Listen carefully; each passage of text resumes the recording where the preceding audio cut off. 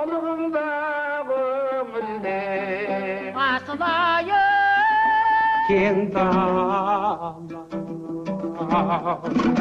жүректе жалын сағындым сені Асыл мұра. Ажарың ашық екен атқаны таңдай,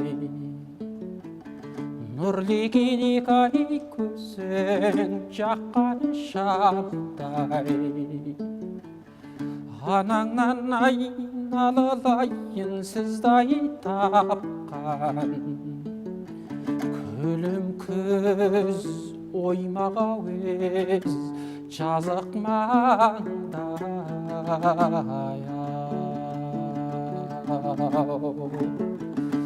Беу-беу гауһартас,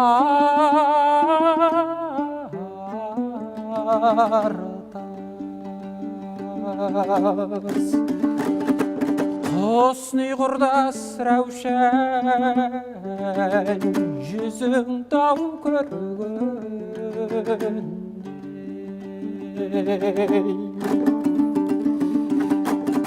Сәулем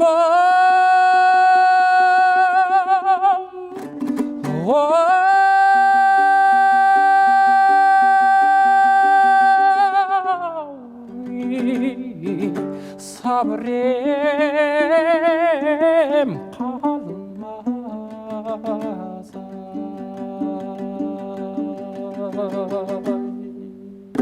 Ай, бәрекелді.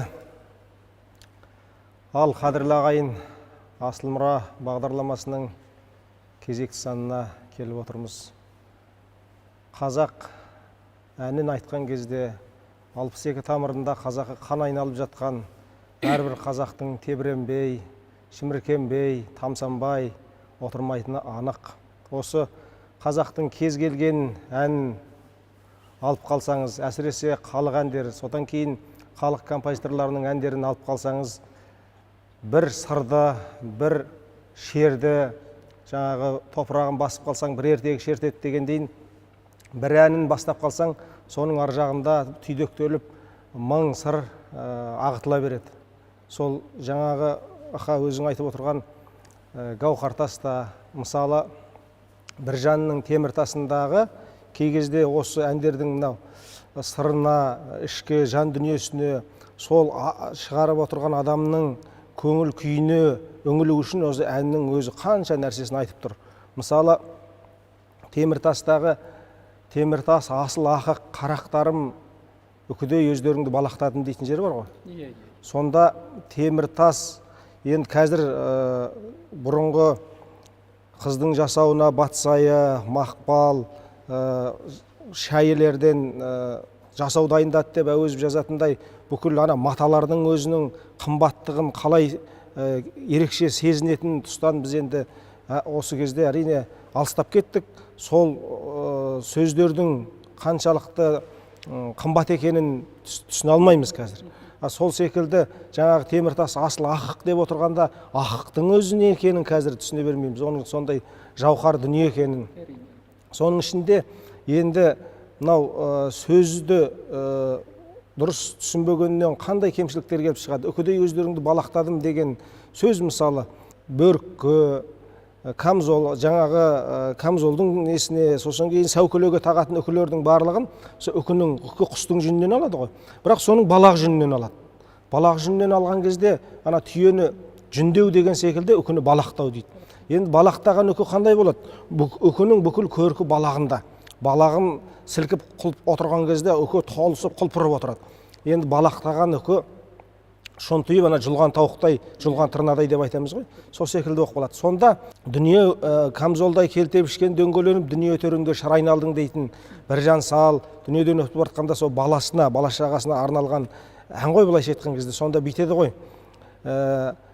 Енді мен сендерді үкідей балақтадым дейді.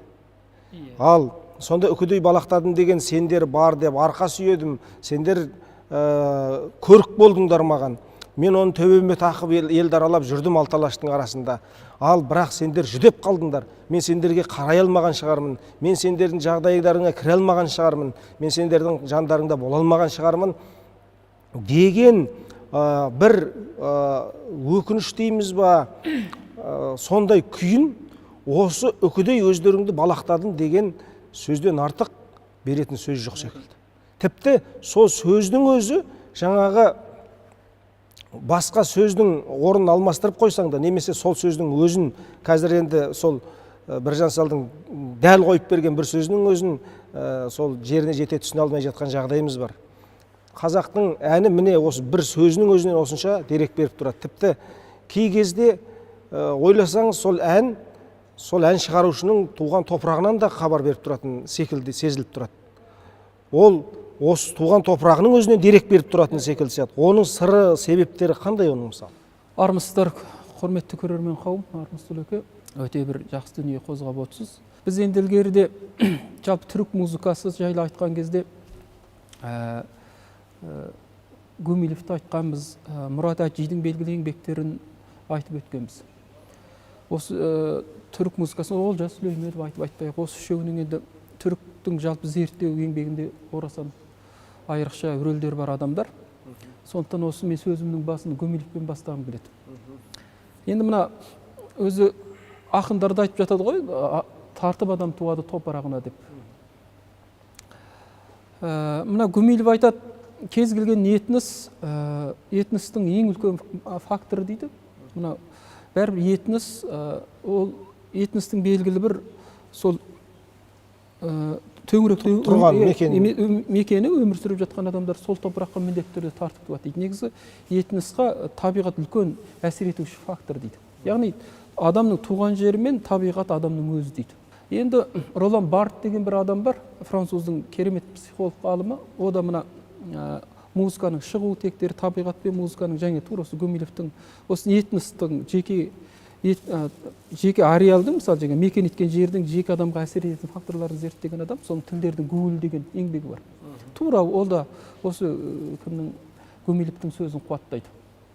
Ол да айтады, мына тілдердің гуілі деген еңбегінде табиғат адамның туған жер адамның ет пен жаңағы сөл нұсқасындағы бір бөлшегі дейді, адамды айтады. Табиғаттың еттен. Сондықтан адамның туған жерін сағынып тұрады. Туған жерге тартып туған дейді. Иә, тартып тұрады. Топырағының тартып тұратыны, сол жерде барғанда мауқыңды басатының барлығы жайдан жай емес қой. Сонда демек оның бір туған жермен адамның байланысы үлкен бір ерекше. Адамның әркімнің туған жері Мысыр шаһары дейді. Бір жерге барсаңыз, мысалы, бір көз тоқтататындай ештеңе жоқ, құмдауыт, сары дала болуы мүмкін, бірақ ол туған жерінде үшін ол адамға айрықша ерекше, ешкім айырбастамайтын жер ғой, мекен ғой. Сонысымен ол туған жер. Жаңағы сіз айтып отқандай, мына белгілі бір әуендерге адамның туған жерінің әсері, өскен өңірінің әсері деген нәрсені мен бір мақаламда жазып едім. Бұл енді мына музыка мамандарына аз ғана құлақ қағыс деген сыңайда жазып өткен. Сонда мысалы енді айталық, мысалы мына Мұхит деген адам бар, батыстың енді ән өнерінің үлкен өкілі ғой, Мұхит. Мералұлы енді Ғарифолла Құрманғалиев тірілткен Мұхит әндерінің денім. Сол Мұхиттың мысалы әніне қарап отырсақ, бұл өзі ең жазықта өскен адам екені көрініп тұрады. Сосын әнде құмның сусылы бар. Құмның сусылы байқалып тұрады. Сондай бұл тау жоқ жердің адам екендігі анық аңғарылып тұрады. Дәл осы секілді мысалы біз Естайдың әндеріне қарасақ, Естай қалай болғанда да ертістің бір белгілі күрілі бар, иірімдері бар. Бұл енді басқасын айтпағанда жазушының да стилінде болады. Жазушының кез келген жазудың өзінен жаңағы өн, әуен солай шығып тұрады. Өз мақамынан шығып тұрады. Мысалы біз Оралхан Бөкейді қарасақ, Таулалтай бүкіл жаңа текстерде тұр ғой. Мысалы Таулалтайдың аң құсы деген секілді, мысалы ол Қалихан Ысқақтарда да бар. Мына Асқар Алтай, Әлібек Асқаровтардың бәрінде жүрген шаруа мысалы. Осы секілді мына өскен өңір адамға міндетті түрде әсер етеді. Енді мысалы мына Оңайгүл Тұржанның өлеңдерінде мысалы құм бар. Ол Маңғыстаудың топырағының түлегі ғой, мысалы. Сол құм философиясы кәдімгі бар. Өлеңде құмдау. Құмды меңгеру, құмның белгілі бір жаңағы әрекеттері, қозғалыстар, адам түсінбейтін дүниелердің бәрі кез келген өлеңінде құм сөйлеп тұрады. осының барлығы адамның сонымен етене өскендігінде ғой, оны сіз түсіне алмайсыз. Мысалы басқа өңірде өскен адам оны түсіне алмайды. Осы секілді дүниелер бар. Сонда мына сезіне алмайды дейсіз ғой. сезіне алмайды. Сондықтан мына мен айтып едім, мына сол мақаламызда көтергенбіз. Мысалы кез келген консерватория бар, бізде өзіңіз сабақ беріп жүрген Шабыт өнер ұлттық университет деген секілді мамандар даярлайсыздар ғой енді. Сонда бір ескере кететін жайт, осы алдыңызда отырған шәкіртті, осы ұстаздар қауымы ең бастысы, мысалы, бұл қай жердің түлегі, бұл қай топырақтың адамы дегенді ескерсе деп жазғанбыз. Себебі мынау, мысалы, мен өзім арғы жақта бай өлкенің тумасымын ғой енді.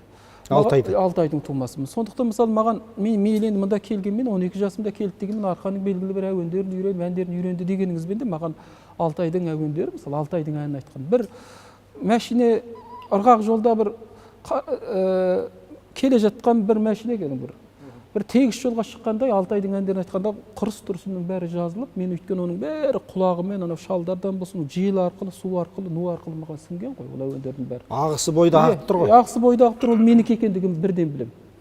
Сондықтан ол табиғатыңнан берілген дүние. Мысалы енді бұл жерде кейбір адамдарға бір кішкене қаттырақ сын емес енді, ол бұл жерде шындықтан үлкен дүние жоқ қой. Мысалы батыстың әуендері енді әрине қалай болғанда ол қазақтың жұрнағы бөлінбес бір тұтас құндылықтар ғой. Мысалы батыстың әнін айтқанда тұрған ештеңе жоқ. Мысалы арқаның адамына, жетісудың адамдарына деген секілді. Бірақ бәрібір де ана туымысынан енді сіңіріп өскен, ол бұл жердегі біз дауысты тек қана нота деп оқпауымыз керек. Ол болмыс, табиғат, су, шөп, ну осының бәрінің уылын ұстап тұрған ол бол. Шындап келгенде ол ана нотаға ғана түскен дүние деп есептемеуіміз керек. Ол адамның болмысы.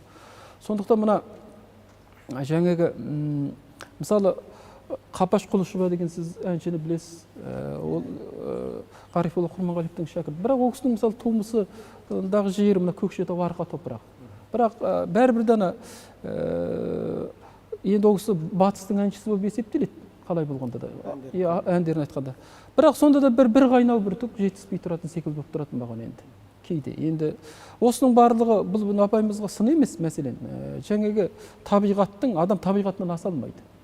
Ол енді табиғаты деген адамның, енді біз айтып жатамыз ғой, табиғатына тартып тұтың сол табиғатпен.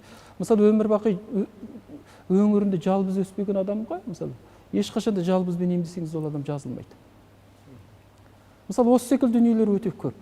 Енді өнерді шынымен бір туабітті дүние деп есептейтін болсақ, оның туған жермен байланысы болмау мүмкін емес дүние ғой әрине. Енді осы тұрғысында біз ана өнердегі біздің кейде енді қазақтың қаншама уақыттан бір өзгеріске түсті, мінез өзгеріске түсті, оның түрлі мысалы басқару жүйесі өзгеріске түсті деген секілді әлем бар, қазір ашық дүние бар.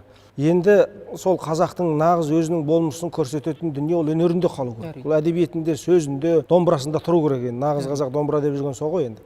Мұхтар Әуезовтің де жаңағы қазақтың ұят күйінде ғана қалды дейтін дүниесі ол тегіннен тегін емес. Енді осы дүниелер күйде де болатын шығармыз. Әрине.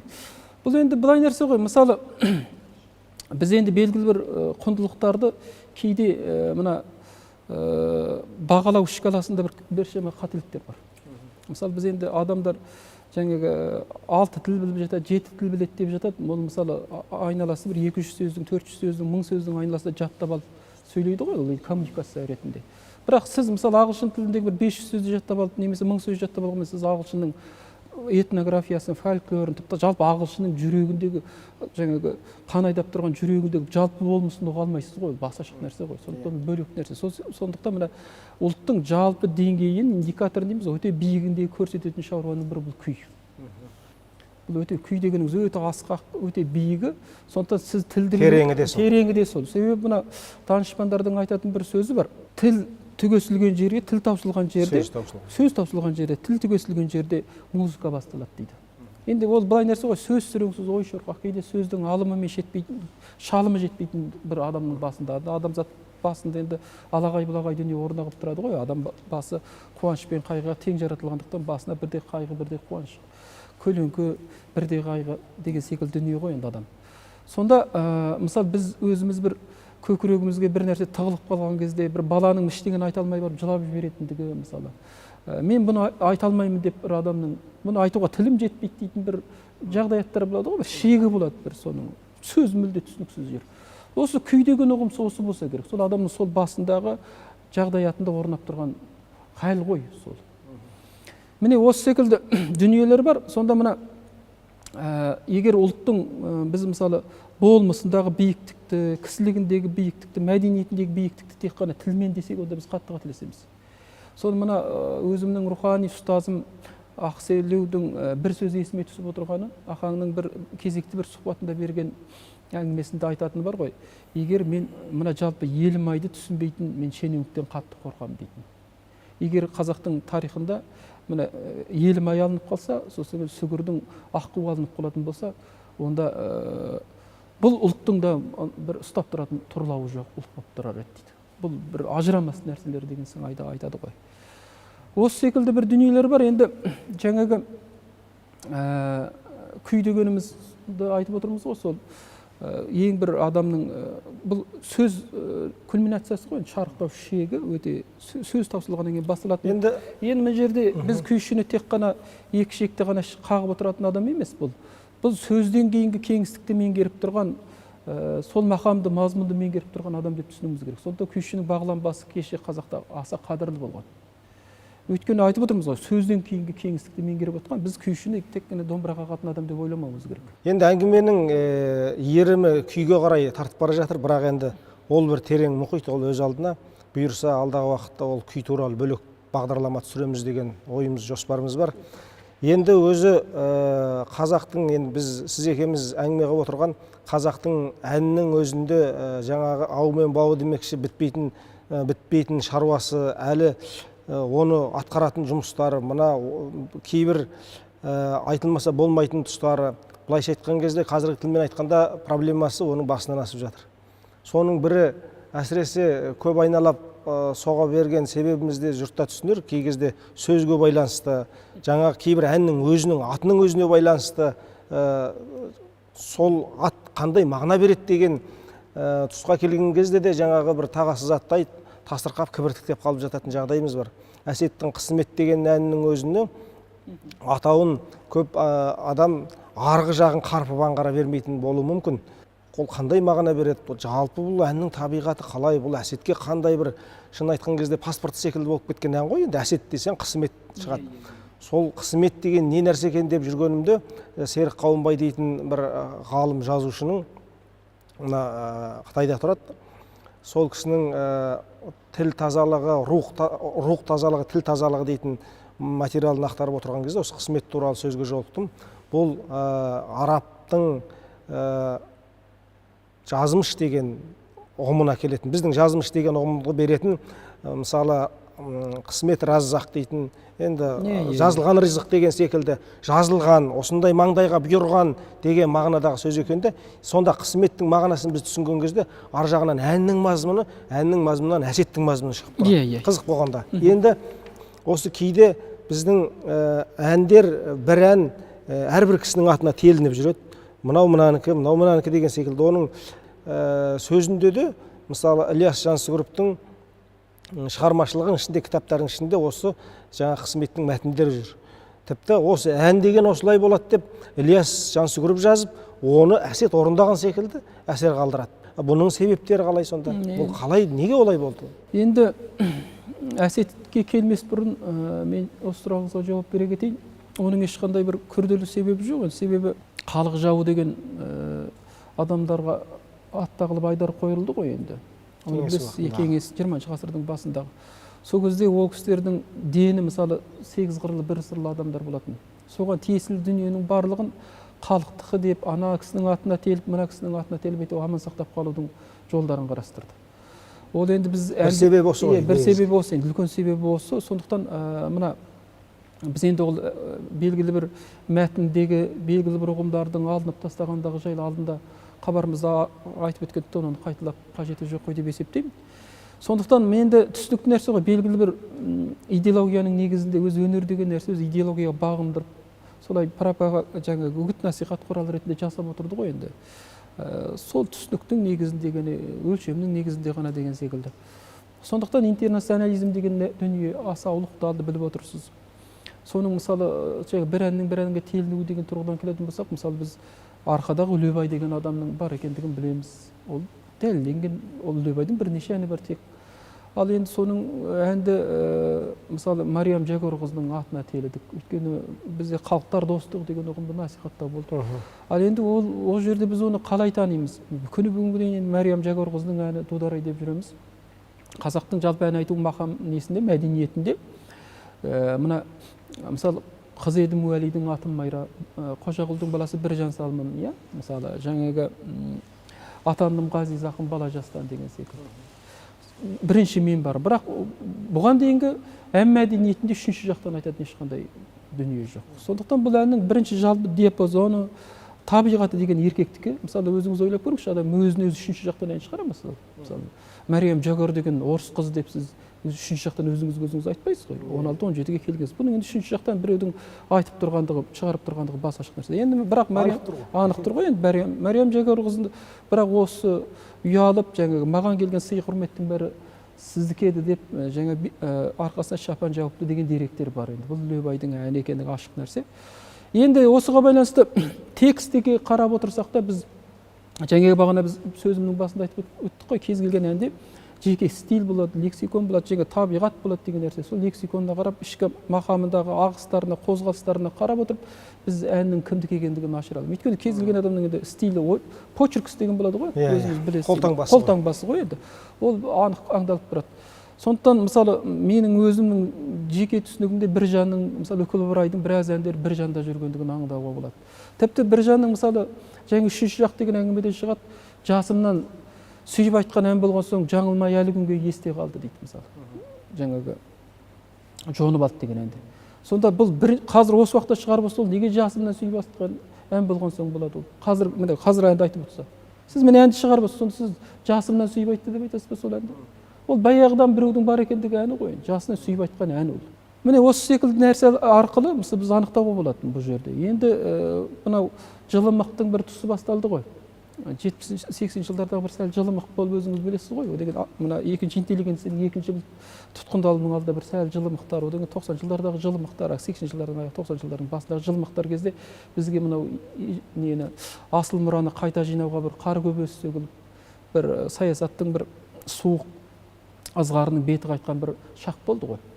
Сол кезде мына халық мұрасын қайта жинаған кезде негізсіз бір авторлар телінденді.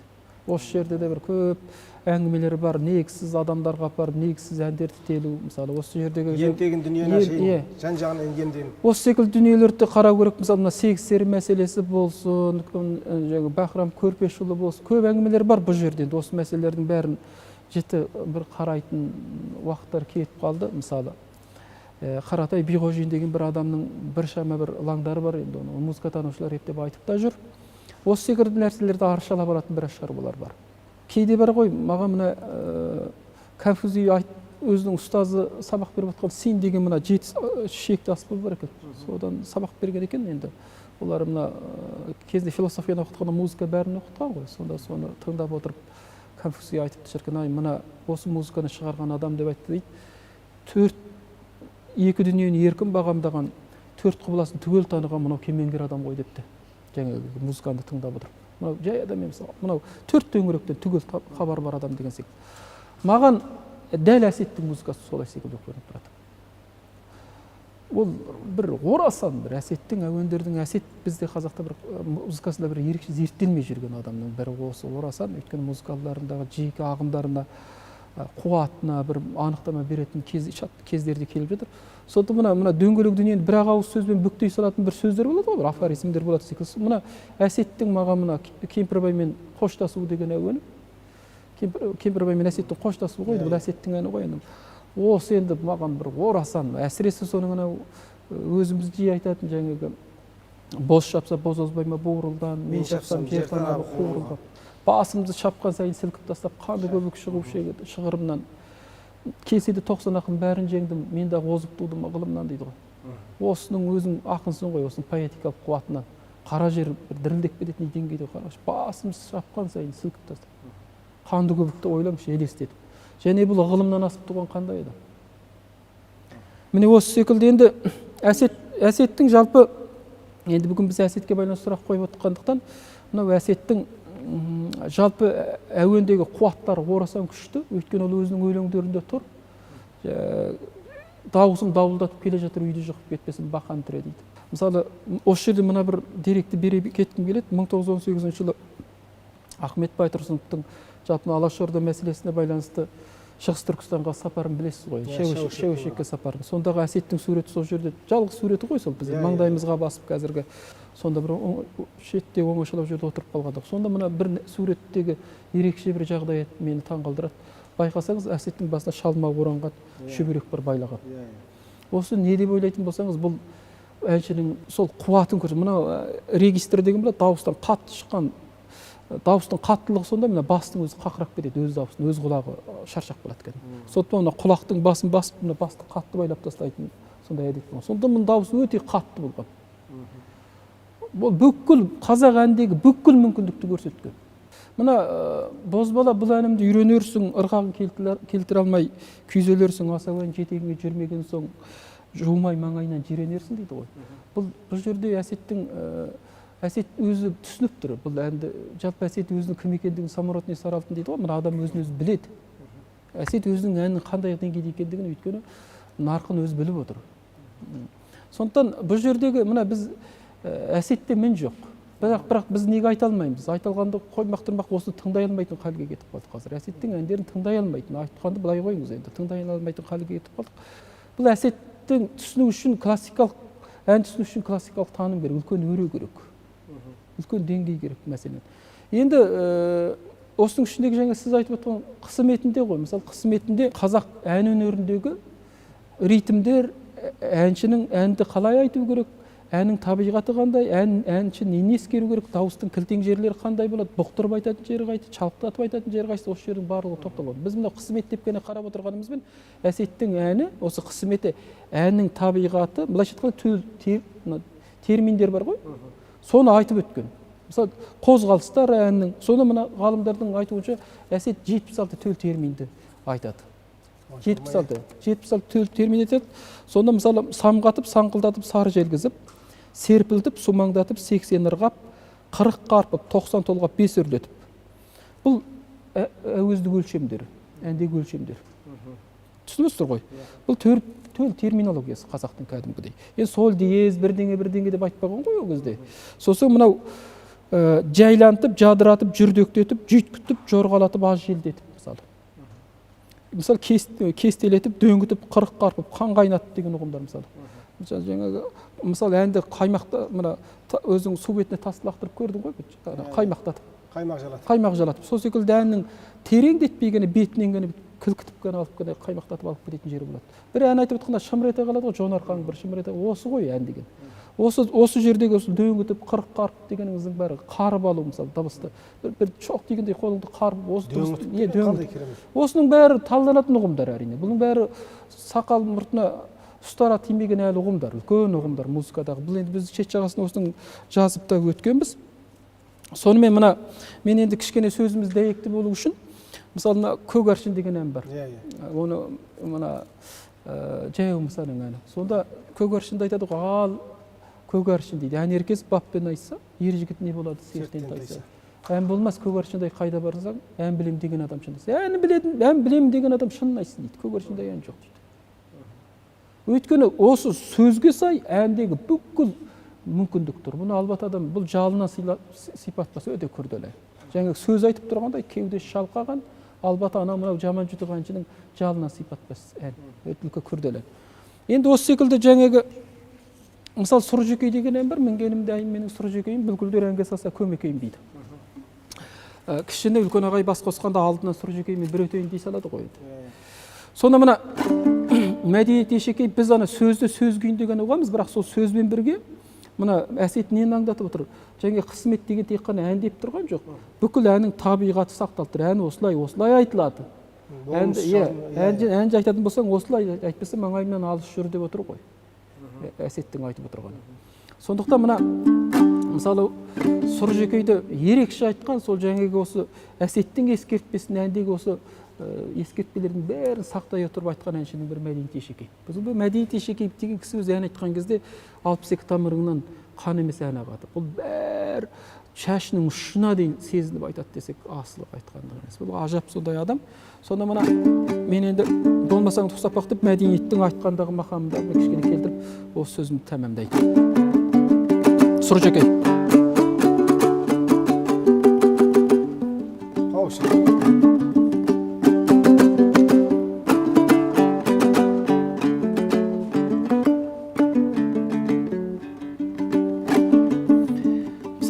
Қазір айтып отырып айтайын. Бітеді. Мәңгенім әттәйім менің сұр жекейімі біләкілдер.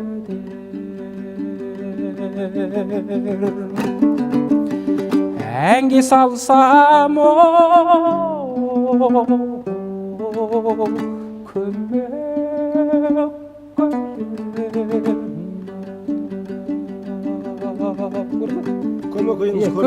көмекейді бүлкілдету керек. Көмекейіміз көрінді. Айтылған кезде. Көрдіңіз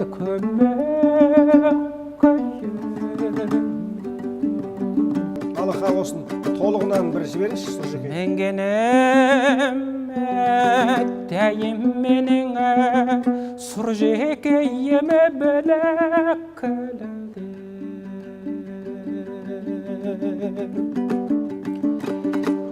Әнге салсам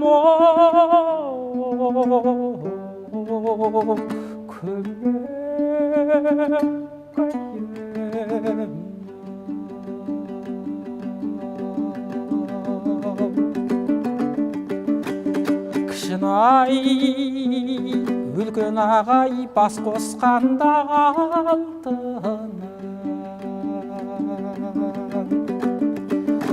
сұр жекеймен бір өттәйін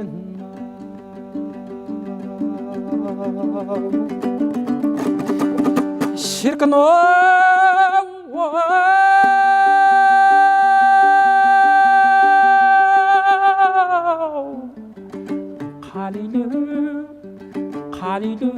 қалила күләйлім О-хо-хо қау-ли-ли-ли-ли-ли О-хо қау-ли-ләлім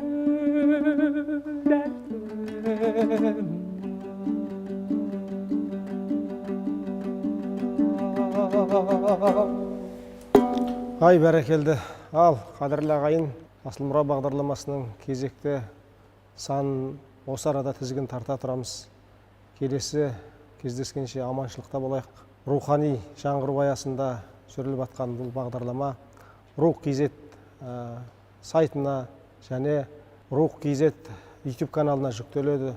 Сол жерге каналға жазылып, жалпақ жұртқа, өзіңіздің айналаңызға қазақтың ән мұрасын насихаттай жүріңіз.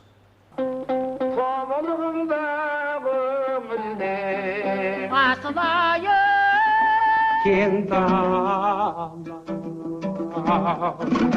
Yürekte çalma Сағындым сені Асыл мұра.